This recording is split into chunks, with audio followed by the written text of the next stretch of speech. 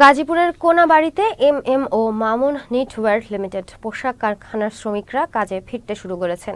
এতে স্বস্তি ফিরেছে শ্রমিকদের মাঝে। আজ সকালে কারখানায় প্রবেশ করতে দেখা যায় শ্রমিকদের। এর আগে শ্রমিক অসন্তোষের কারণে ৩০ এপ্রিল থেকে অনির্দিষ্টকালের জন্য বন্ধ ঘোষণা করা হয় কারখানা দুটি। এরপর থেকে শ্রমিকদের মাঝে ক্ষোভ বিরাজ করছিল। পরে দুই কারখানার শ্রমিকরা বিভিন্ন সময় কারখানা খুলে দেওয়ার দাবি জানিয়েছে। শ্রমিকদের দাবির প্রেক্ষিতে কারখানা কর্তৃপক্ষ ৫ মে অনির্দিষ্টকালের জন্য বন্ধের নোটিশ প্রত্যাহার করলে শ্রমিকরা আজ সকালে কাজে যোগ দেয়। বহিরাগত কিছু ওই দুষ্কৃতী যারা টার্মিনেশন হয়েছে ওদের ইন্ধনে সাময়িক কাজ বন্ধ হয়ে যায় এবং আমরা ৩০ তারিখ থেকে ১৩ রাত যারা অনির্দিষ্টকালের জন্য ফ্যাক্টরি বন্ধ করে দিই। এবং যখন বাইরের পরিবেশ শান্ত হয়েছে এবং আমাদের ওয়ার্কার বলতেছিল যে স্যার আমরা সুন্দরভাবে কাজ করতে চাই, অল্প কিছু দুষ্ট লোকের জন্য আমরা কাজ থেকে বিরত থাকতে চাই না।